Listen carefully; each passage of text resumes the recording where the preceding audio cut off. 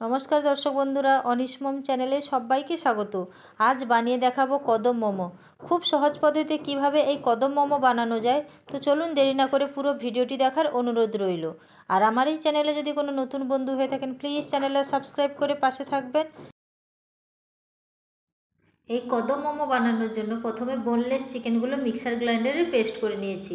এবার দিয়ে দিচ্ছি স্বাদ মতো লবণ, দিয়ে দিচ্ছি হলুদ গুঁড়ো পরিমাণ মতো, এবার দিয়ে দিচ্ছি লাল লঙ্কার গুঁড়ো, দিয়ে দিলাম আদা রসুন বাটা 1 চামচ, গ্রেট করে রাখা গাজর দিয়ে দিচ্ছি ক্যাপসিকাম ছোট ছোট কুচি করে নিয়েছি। এবার দিয়ে দিচ্ছি পেঁয়াজ, দিয়ে দিচ্ছি কাঁচা লঙ্কা কুচি। ঝাল আপনারা আপনাদের পরিমাণ মতন ব্যবহার করে নিতে পারেন। এইবার দিয়ে দিচ্ছি 1 চামচ লেবুর রস, দিয়ে দিচ্ছি গোলমরিচ গুঁড়ো 1/2 চামচ। সমস্ত উপকরণ ভালোভাবে মিশিয়ে নেব।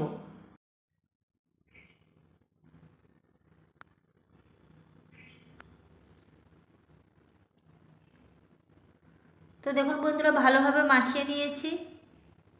কদম মোমোর জন্য কিন্তু এই পুরটা ভালোভাবে তৈরি করে নিতে হবে। এদিকে দেখুন 2-3 ঘন্টার জন্য চালকে ভিজিয়ে রেখেছি, বাসমতি চাল। এবার দিয়ে দিচ্ছি পরিমাণ মতন হলুদ গুঁড়ো।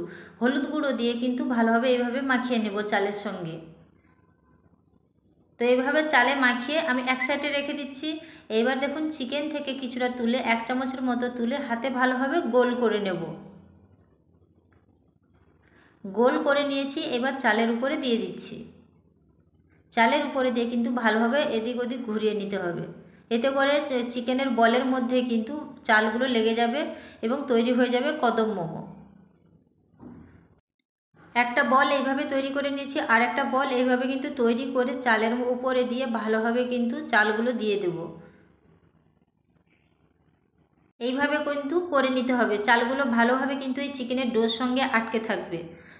কদম মোমো তৈরির জন্য একদম পারফেক্টভাবে কিন্তু তৈরি হয়ে গেছে। একটা পাত্রে জল গরম করে নিয়েছি এবং তার মধ্যে একটা স্ট্যান্ড বসিয়ে কিন্তু এই ফুটো থালা রেখে দিয়েছি। এর উপরে অল্প তেল ব্রাশ করে নিতে হবে। তো দেখুন জল ভালোভাবে কিন্তু গরম হয়ে গেছে এবং এই থালার মধ্যে কিন্তু অয়েল ব্রাশ করে নিতে হবে।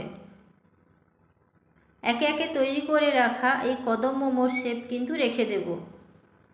তো এই চিকেন বলগুলো এইভাবে কিন্তু দিয়ে দিতে হবে।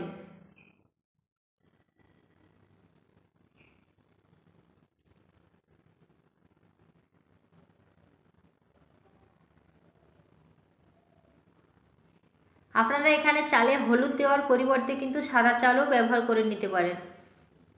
তো দেখুন আমি প্রত্যেকটা বল দিয়ে দিয়েছি। এর উপরে আমি একটু কালারের জন্য দিয়ে দিচ্ছি কেশর।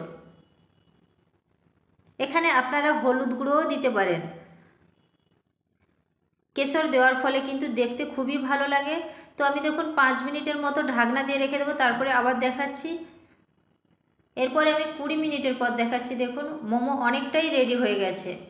আবারও ঢাকনা দিয়ে রেখে দেব। এবার ঢাকনা খুলে দেখাচ্ছি। দেখুন মোমো একদম পারফেক্টভাবে কিন্তু তৈরি হয়ে গেছে। আর এই মোমো বানাতে মোট 30 থেকে 35 মিনিটের মতো টাইম লাগে। তো হাতে সময় নেই, কিন্তু এইভাবে মোমো তৈরি করে নিতে হবে। তো দেখুন মোমো তৈরি হয়ে গেছে, আমি এবার নামিয়ে নেব। একটা প্লেটে খুব সুন্দরভাবে কিন্তু এই মোমো পরিবেশন করব। তার জন্য আমি একটা প্লেটে দিয়ে দিচ্ছি কাসুন্দি। চামচ দিয়ে কিন্তু এইভাবে একটু কাসুন্দি দিয়ে দেবো।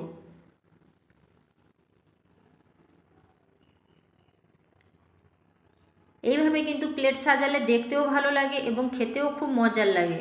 তো এইভাবে কিন্তু আমি কাসুন্দি দিয়ে দিচ্ছি। কাসুন্দি দেওয়ার পরে আমি দিয়ে দিচ্ছি টমেটো সস। টমেটো সস দেওয়ার পরে কিন্তু দেখতে অনেকটাই ভালো লাগছে।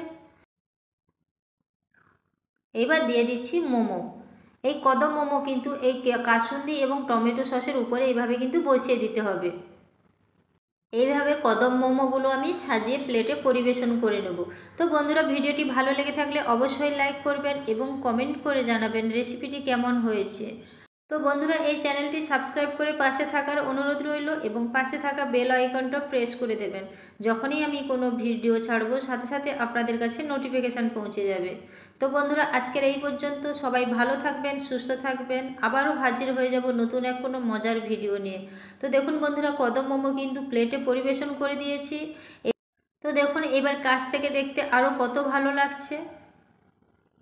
কদম মোমোর উপরে কিন্তু কেশর দেওয়ার পরে কিন্তু দেখতে খুবই ভালো লাগছে। তো বন্ধুরা দেখুন আমি একটা মোমো এইভাবে চামচ দিয়ে কেটে দেখাচ্ছি। আর এই কদম মোমো কিন্তু টমেটো সস বা কাসুন্দি বা মেয়োনিজের সঙ্গে পরিবেশন করে নিতে পারেন, খেতে কিন্তু খুবই ভালো লাগে। তো বন্ধুরা আজকের এই পর্যন্ত, প্লিজ চ্যানেলটা সাবস্ক্রাইব করে পাশে থাকার অনুরোধ রইল। ধন্যবাদ সবাইকে।